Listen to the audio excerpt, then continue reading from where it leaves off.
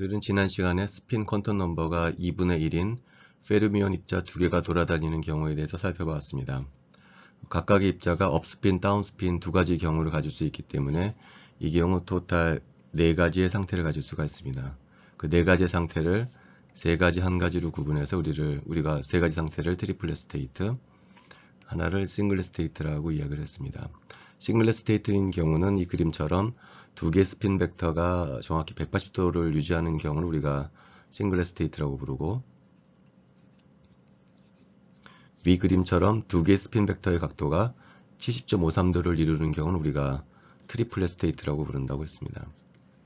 트리플렛 스테이트는 3가지 경우가 있는데, 첫 번째 경우는 둘 다 업스핀인 경우, 그 다음에 둘 다 다운스핀인 경우, 그 다음에 하나는 업스핀이고 하나는 다운스핀인데 여전히 각도가 70.53도를 유지하는 경우 3가지 경우가 있을 수 있습니다. 각각의 스핀 함수로 표현하면 다음과 같이 됩니다. 먼저 트리플렛 스테이트에서 둘 다 업스핀인 경우를 우리가 알파1, 알파2로 표기를 하고, 둘 다 다운인 경우를 베타1, 베타2, 그 다음 하나는 업이고 하나는 다운인데 트리플렛 스테이트인 경우에는 알파1, 베타2, 알파2, 베타1을 플러스로 연결해 줘야 됩니다. 반면에 싱글렛 스테이트인 경우에는 그것이 이제 마이너스로 연결해 주게 됩니다. 싱글렛 스테이트는 함수가 자체가 안타이 시메트릭한 성질을 갖고 있습니다.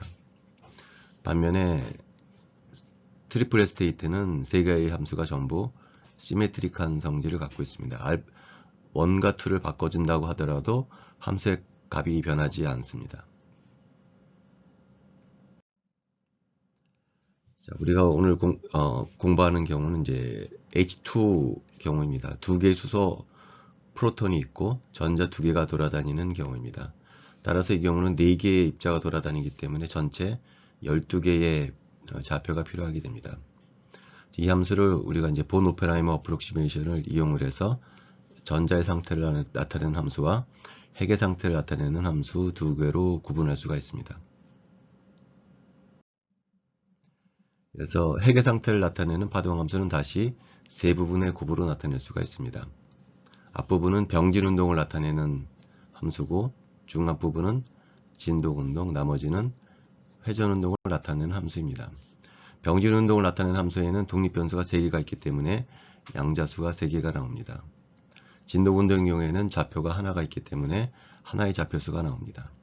회전운동, 이온자 분자인 경우에는 회전 각도를 표현하는데 2개의 각도가 필요하기 때문에 2개의 양자수가 나옵니다.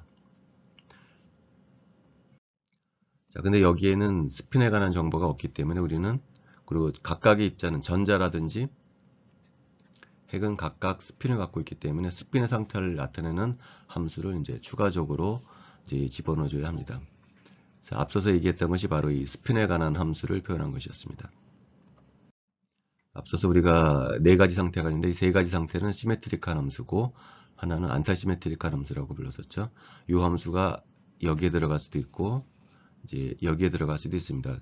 H2 분자인 경우에는 프로톤도 페르미온이고 전자도 페르미온이기 때문에 동일한 형태의 함수를 집어넣어 주면 되겠습니다.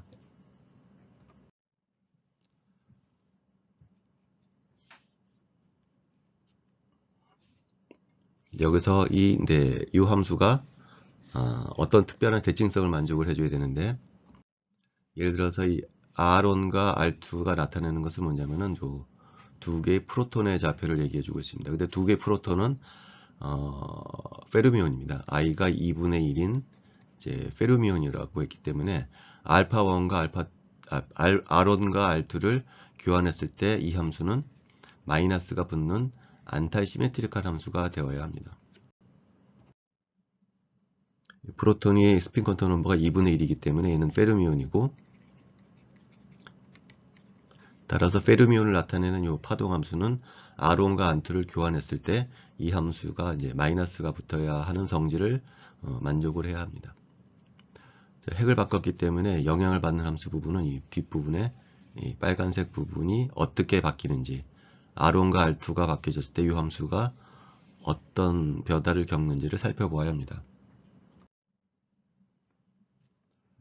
우리가 근데 이 뒷부분을 앞서서 구했죠. 이 뒷부분은 이렇게 3개 시메트릭 함수가 될 수도 있고 이 파란색으로 보이는 안타시메트릭한 함수가 될 수도 있습니다.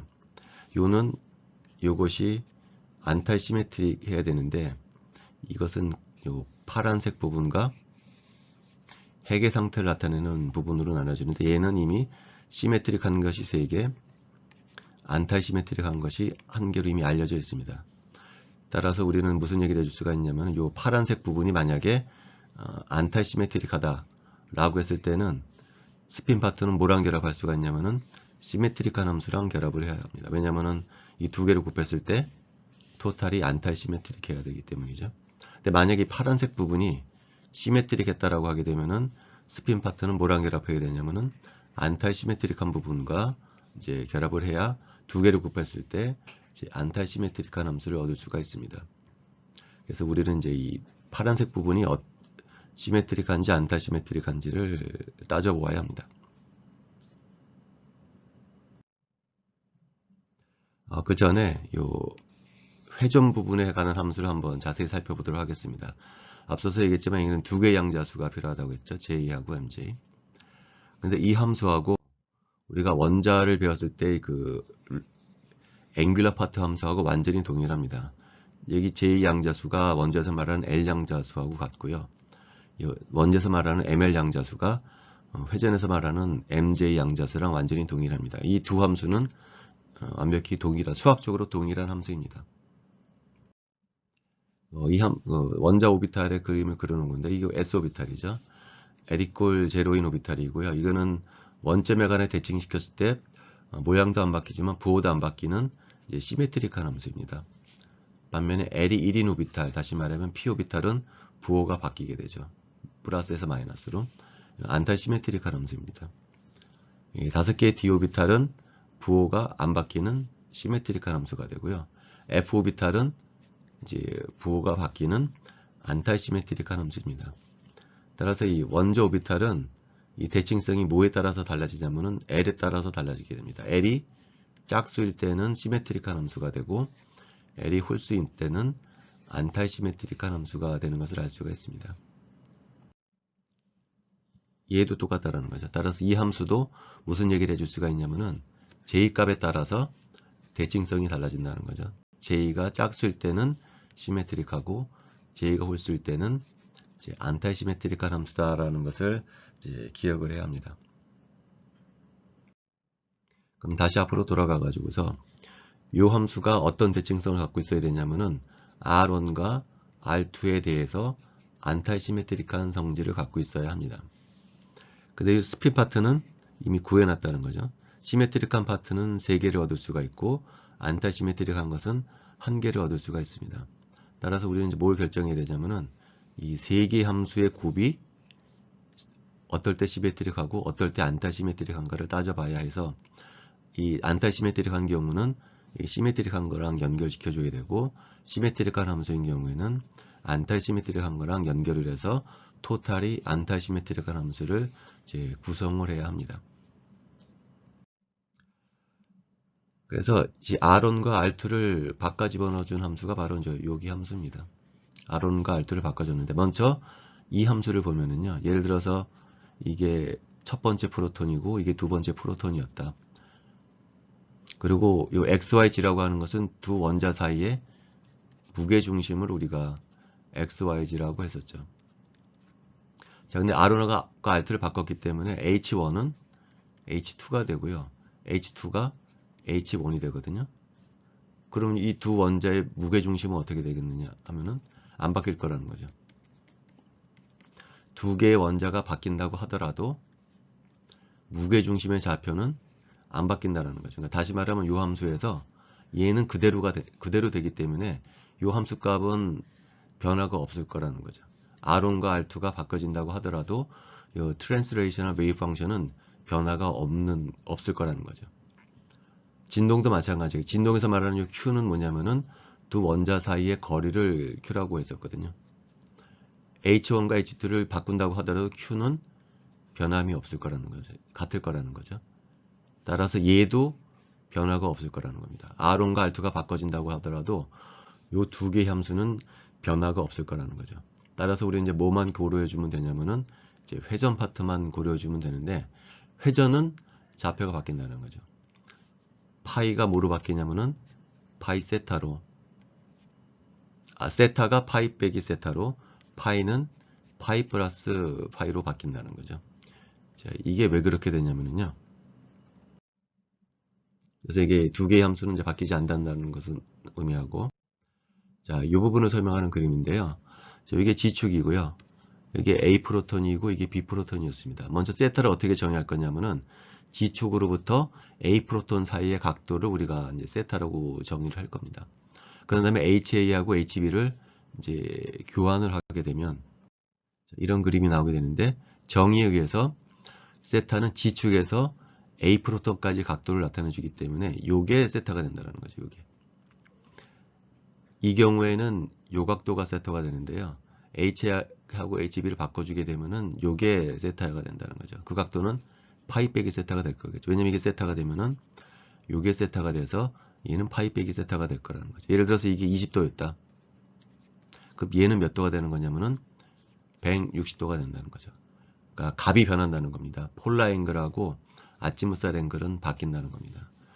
병진 운동 좌표하고 진동 좌표는 변화가 없는데 각도는 바뀐다는 겁니다. HA하고 H 프로톤의 두 개 프로톤의 위치가 바뀌어지게 되면은 각도가 이제 바뀐다는 거예요. 파이 빼기 세타, 파이 플러스 파이로.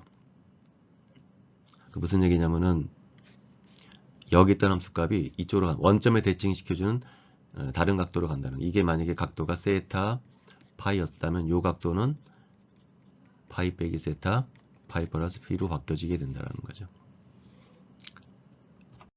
따라서 우리가 이 그림을 다시 보면은요, 이 함수값은 뭐냐면은 예를 들어서 이 점이 세타 파이였었다 그러면은 이 값은 그것을 원점에 대칭시켜준 이 값이 될 거라는 거죠. 파이 빼기 세타 파이 플러스 파이.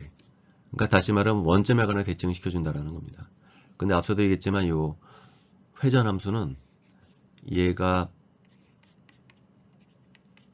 파이 빼기 세타 파이 플러스 p로 바뀌어지게 된다면은 그건 j값의 그 값이 j값에 따라서 이제 달라진다는 거. j가 짝수일 때는 이거는 시메트릭하다라는 거죠. 이 함수를 보면은 원점에 관하여 대칭인 함수들이라는 거죠. 이것들은.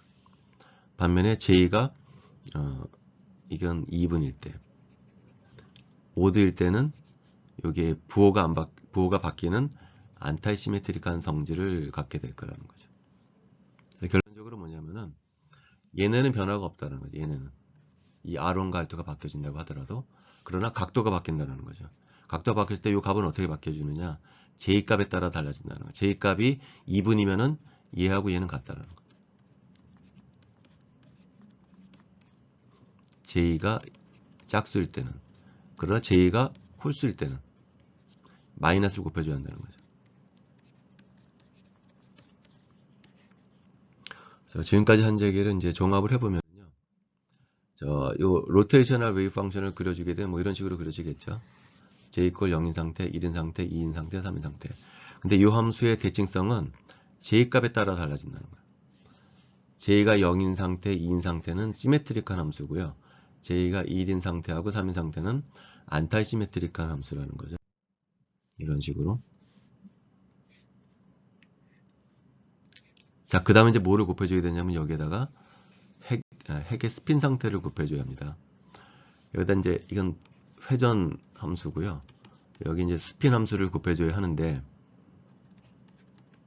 이 두 개를 곱했을 때 어떻게 돼야 되냐면 토탈이 안타시메트릭한 결과를 나타내줘야 합니다. 따라서 j가 3인 회전 함수에는 뭐를 곱해줘야 되냐면은 시메트릭한 스핀 펑션을 곱해줘야 한다는 거예요. 시메트릭한 스핀 펑션은 얘라는 거죠. 근데 얘가 여기로 들어가야 한다는 거예요.